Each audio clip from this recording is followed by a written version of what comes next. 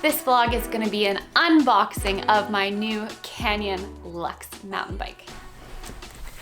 One of the really cool things about Canyon bikes is that they are direct to customer, which means we can literally go online and order to spec exactly the bike we want. It literally shows up at your door like you guys saw. Some of the questions I have that maybe you guys have as well is, how long will it take me? Is this something that I can even do? And what tools do I need to put this bike together myself? So if you guys want to see the unveiling of a Lux Canyon bike from the mail, stay tuned. Take my handy dandy bread knife here. Okay, let's have a look what's in the care box. We have like a full Allen key set here. Wow, it actually looks like if I just swap these heads, I'll have an entire toolkit right there. Got some seat post carbon grease. Got a nice handy bag to put all those little pieces in. Oh wow!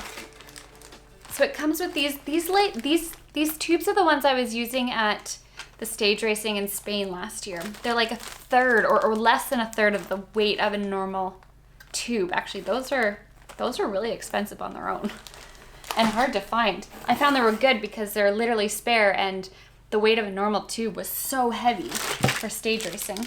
Okay, so we've got our front skewer. Actually, that's the rear skewer. Oh, this like fancy satchel. Cute with reflectors. What else do we have? Yeah, there's our front skewer. Oh, there we go. It even comes with a shock pump. Don't even need to open the toolkit at all. From what I see, it's everything we're gonna use, they provide. Oh boy, the bike Bible. Keep in mind that's probably every language that's ever been spoke in this book. All right, let's get started. So we do have the DT Swiss dropper post here. Looks so good. So I think for the most part, this bike is gonna be spec'd to what we will have for the team. Very close. There's a few things I know are gonna be slightly different, but our wheels are the DT Swiss XRC 1200 rims. We're gonna go with the 25 mil because I still like to run a more narrow tire in the rear typically. I know a lot of people are going to the 30 mil rim, but instead of having half of each for the mechanics, it would just be so confusing. So we're gonna stick with with the 25 mil rims for racing this year. And for rubber, we are racing with the Schwalbe tires. So these are the Racing Rays. They look really good for around here. I don't know if you guys have had any experience on them. So even the rotors come on the wheels. You don't have to stress about the rotor tool, the adapters that we don't have or do have but can't find in time. Even the packaging is like, it's just so efficient. So we are racing full Shimano group set, and this is gonna be the 1x12. All right, there she is. Pretty much ready to go. Put some wheels on, put the cockpit on. It's always the scariest part to have a sharp object near a fresh painted bicycle. Okay, if you guys know of an easier way to do this, someone let me know in the comments. Scissors. Ah. Okay, problem solved. I just found some scissors. So I just went ahead and I removed all of the bubble wrap on the frame, which really only took me maybe 5 minutes, if that, once I found those kitchen scissors. So far I haven't needed anything other than scissors, just to take the tape off. When I'm doing the cockpit, here is a hack. Instead of needing a bike stand, you can just use the bike box to set up the whole front end. That way you can use 2 hands. I'll show you what I mean. All right, it looks like I just need a 5mm. It's just this little guy here. Yeah, they provide all of the Allen keys that you potentially would need, but I haven't seen half of these that need to be used, so more than enough tools. All right, so far this has been incredibly easy. I am gonna put the shims on the top. I would probably cut the steer tube of the fork, but you certainly don't need to do that right away. I've just got the cockpit on here. This is the Canyon's cockpit. This is the famous Canyon cockpit, in my opinion. It is the sleekest, most modern, and stiffest bar stem combo in the entire industry. So industry standard, in my opinion. And what else do we have on here? We have the Fox Float DPS rear suspension.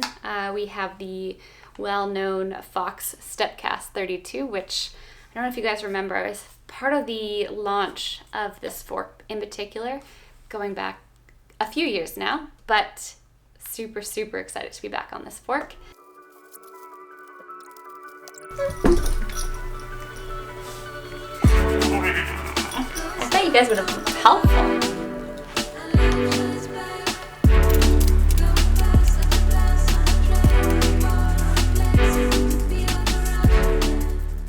Although this is a stock bike, it did come from the race shop at Canyon, so I did have to manually put the dropout onto the frame, which is actually just a little small bolt on the inside that threads outwards. But normally they just come fully set up for you and you don't have to touch the derailleur even. Okay, I would definitely recommend utilizing your little crank arm protectors. These things are invaluable, especially where I'm training here now, which is in Victoria, BC. I find just with that suspension and where we are, the terrain, there's so much rock that you could potentially hit your crank arms. So a few extra grams, it is worth it for training, at least in my opinion. The little spacers that come in the brake calipers are worth hanging on to. I find these things are really helpful when you're packing in a rush. And if you're not taking the levers off and packing them separately, they always get pulled when you're transporting your bike. So keep these around in a safe place and just put them in your calipers and they will save you having to mess with your brakes when you get to the other side. Are you too good? Are you hungry? You're always hungry.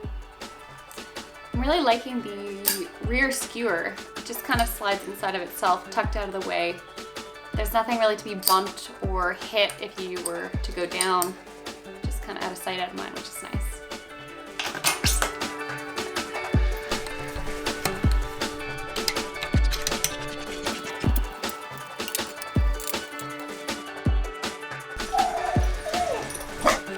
All right, so one of the last and final steps is to put some carbon grease that they actually provide for you on the inside of the seat post collar-ish area, and then it saves you getting it all over your post where you don't need grease.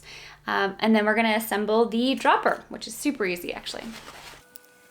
So to just hook the cable up to the dropper, it's quite simple. You'll see it right away. It inserts on the top there, and then you basically just put the cable head hook through the hoop right there. And that's it. One thing I did notice is that if you're having trouble getting your dropper post cable hooked into the seat post, there is a little bolt here on the thumb lever to the dropper.